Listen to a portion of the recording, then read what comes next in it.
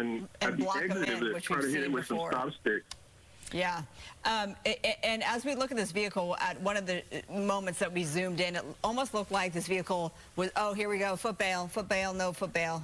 Just trying to figure out, oh, because no outlet. So we see the no outlet. Okay. So this is going to be interesting. It looked like there was paper plates on this vehicle as well. But to your point, Christine, this isn't necessarily a stolen vehicle.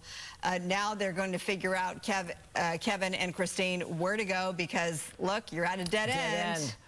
Well, that's how this one might end, but they've been taking moves that are very dangerous to get away, wondering if they will try to reverse it into law enforcement. Look at the windshield wipers going. Yeah. A lot going on there. All right, so now you got at least 2 people in that car there. How long do they sit it out? Law enforcement there, I'm sure, probably with their guns drawn, yelling commands. Kevin, who knows how this one's going to end? Yeah, at this point, it's going to be a waiting game. See if they can get them to come out of the car. Like you said, at least 2 people in the car, the driver and the passenger. The passenger was the initial suspect in the first pursuit with Hawthorne Police Department. But now up here in a small residential area, they've got it blocked off. There's no way that car is going to get out. They would have to crash the gates. But you can see there is no other way down the hill. Yeah, we've seen these standoffs last for hours on end. Let's hope that that's not the case. But yeah, that's interesting that the windshield wipers are going. I'm sure it's chaotic inside.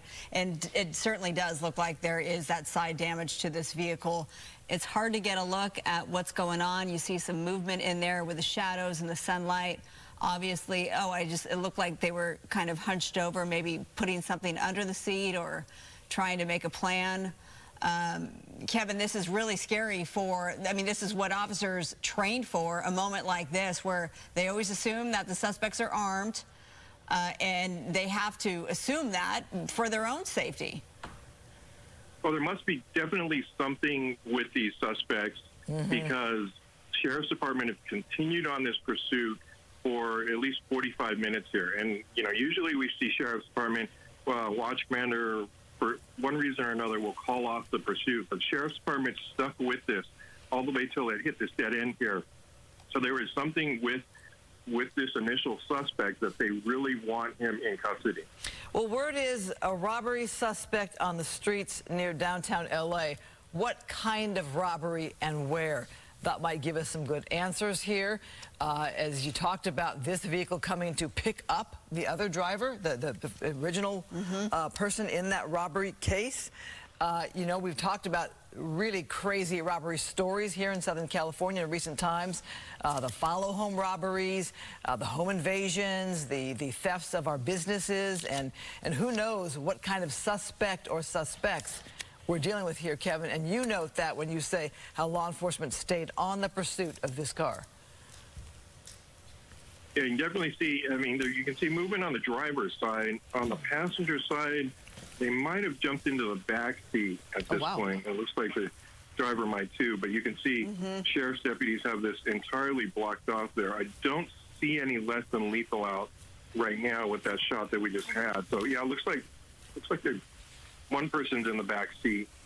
The passenger seat is empty, so they might have gotten back there. So yeah, we're getting a look at the driver there. Yeah. Putting something in the center console, it looked like. Window down. The window's going down. Making contact. Where can these suspects go? Even if they attempted to make a foot run for it. Oh, here we go. Look at the officer. They're going to throw some stop sticks out there just to make sure that they can't reverse into law enforcement. This doesn't go anywhere. Yeah. He's saying, he's showing him his... He's there with hands up, Al. Hands, yep. Oh. And there is somebody, you can see there is somebody in the back seat. Yeah. So. Drop the keys out. What's he showing there? Still not really, he's got his hands up, but he's still not really complying there. Looks like the key. They're probably saying, drop the key, so the car's going nowhere. Got that spike strip right there. Can't back into law enforcement very well. And you wonder... What's he saying? Well, there's damage to the on the other side. Why he's just not physically getting out of the car at this point. Is the door jammed? I doubt that. But it seems interesting that he's saying, here I am, here's my hands, here are the keys. Let's bring in Jim Hemmold from the L.A. County Sheriff's Department. Retired. Jim, you've been with us a lot lately. As you see this suspect definitely gesturing to law enforcement, looks like a key in the hand there, but not dropping that key. What do you make of the suspect's demeanor? Looks like he's crying. Yeah, he does look agitated, and it's important to keep in mind that law enforcement wants to control how this apprehension concludes rather than having the suspect control when he or she comes out. We don't know what type of weapon, if any, is inside. So as you can see now, they're putting out spike strips to prevent any sort of ramming incident where there's unintentional consequences if you were to ram the vehicle. So we want to take precautions in law enforcement to try to mitigate any harm. But you see a lot of movement from another person in the back of the vehicle, and then this presents a danger as well. You don't know if they're it's a baby. Oh, no, Jim, it's a baby. So there's somebody in the back seat who just gave the driver a little baby, and he's kissing the baby because he knows that he's going to go into custody. Or she. Yes. Or is it a she? Okay, there was some radio traffic. There was possibly a baby in the car, so that came out after it came to a stop here. So it looks like that from this visual, that's been confirmed.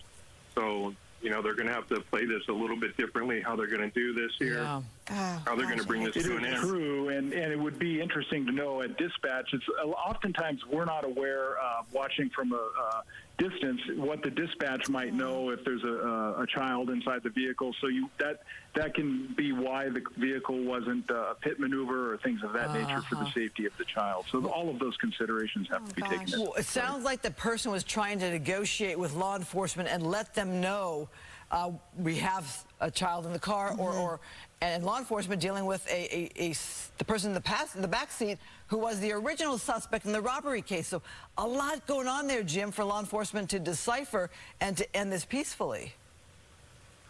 So true, and it sort of epitomizes what law enforcement has to go through as far as navigating what you see. It's also why it's so important to keep your demeanor calm. There's a tendency to get agitated because you're at high speeds. Maybe there was a violent robbery. We don't know the nature of it.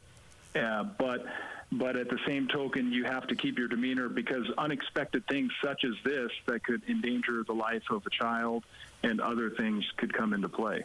It looks like there's an embrace happening inside the car between the driver and the person that's in the back seat, who presumably now has the child. As it appears, the driver will get up, Jim, and turn himself in. He's obviously distraught.